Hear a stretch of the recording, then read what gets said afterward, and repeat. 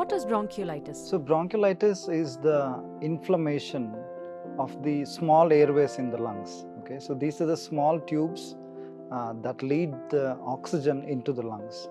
So when there is an infection of the virus of these small tubes, that is what we call as bronchiolitis.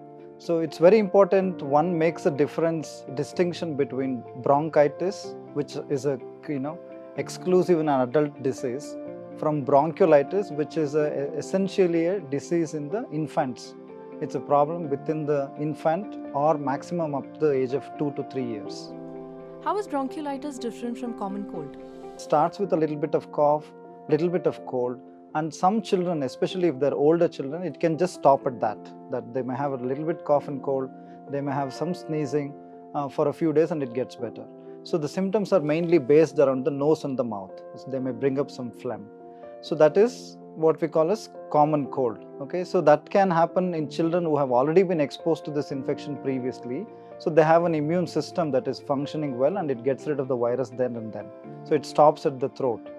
Whereas in these little infants, especially if they're less than 6 months old, this virus tends to go down the breathing tubes from the throat into the lungs.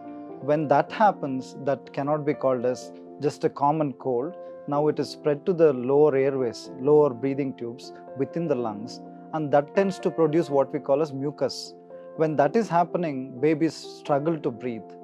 Because as we can imagine, these little babies, especially if they're less than 6 months, they have very small, narrow tubes.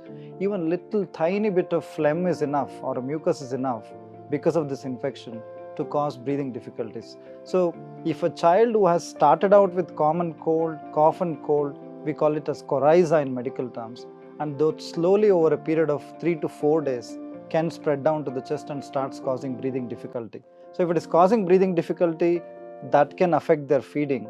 So that is what is different from just a common cold. How common is bronchiolitis in children?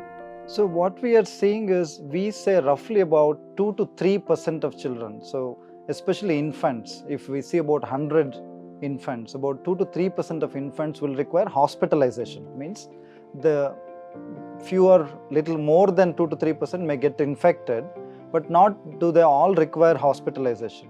So what we tell the parents is that when we see them on day 1 and day 2, when the parents come to us in a OPD visit and say that they have a little bit of cough, little bit cold, baby sneezing a little bit, so we say 2 things is the things that we ask for. What are those 2 things? Is the baby feeding well? Is it feeding adequately enough that it is making urine well, so wetting diapers is okay? Second thing we do check is, we check for their oxygen saturation levels. If their oxygen saturation levels are more than 94% when we check in the OPD, and the baby isn't struggling to breathe, there is no hurried breathing, then we say it's fine, you can continue to look after the baby at home. And usually by day 3, day 4, you will know one way or another. Is it something that's going to just get better, or is it something that requires either hospitalization or requires closer monitoring? So some of them may require ward monitoring, or some of them may require ICU monitoring. When is bronchiolitis mostly seen? So what it is it kind of is something that happens during the change of the weather. Okay, so it kind of around the summer changing into rainy season, we call it like the autumn season is one. That is when we see a small peak, which is what is happening now. We have seen a spurt in cases of respiratory infections, especially in infants in the last 4 to 6 weeks. The other peak happens during the winter time. When it's peak winter, December, November, January, we see quite a lot of infants getting into trouble with this infection, also called as bronchiolitis. Are there cases where bronchiolitis clears up on its own? Yes.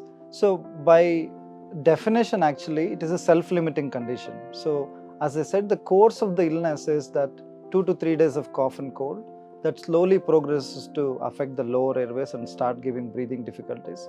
With the breathing difficulties, they start having feeding difficulties.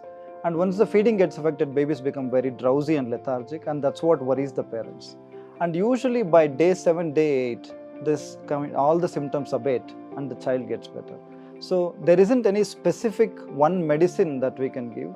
A lot of the treatment during this time is a supportive care, is what we do. How is bronchiolitis treated? Yeah, so as I said, because it's essentially a viral infection, the mainstay of therapy or the mainstay of treatment is supportive.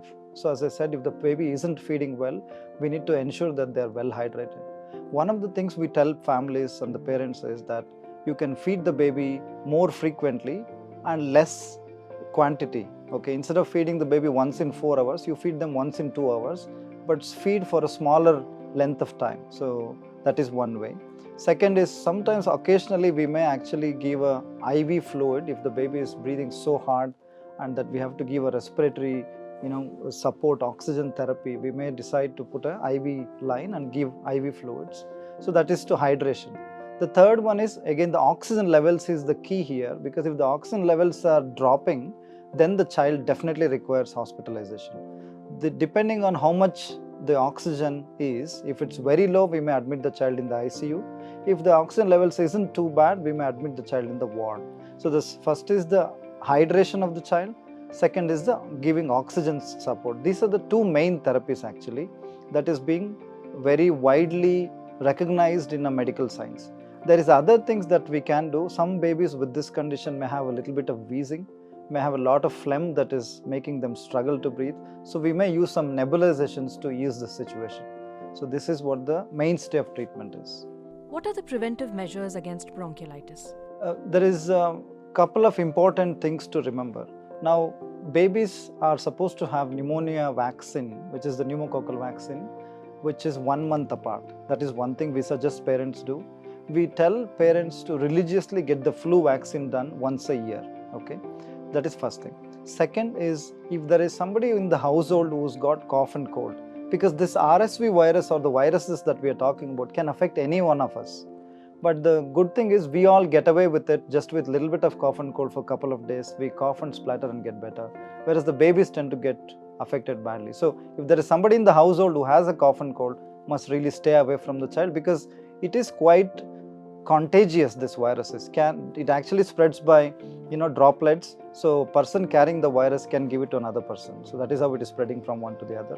So wearing a mask in that situation definitely helps. And the other thing is avoid crowded places in case there is a child or somebody who is a little unwell in the family. Keep them away from the child. So these are the main precautions we can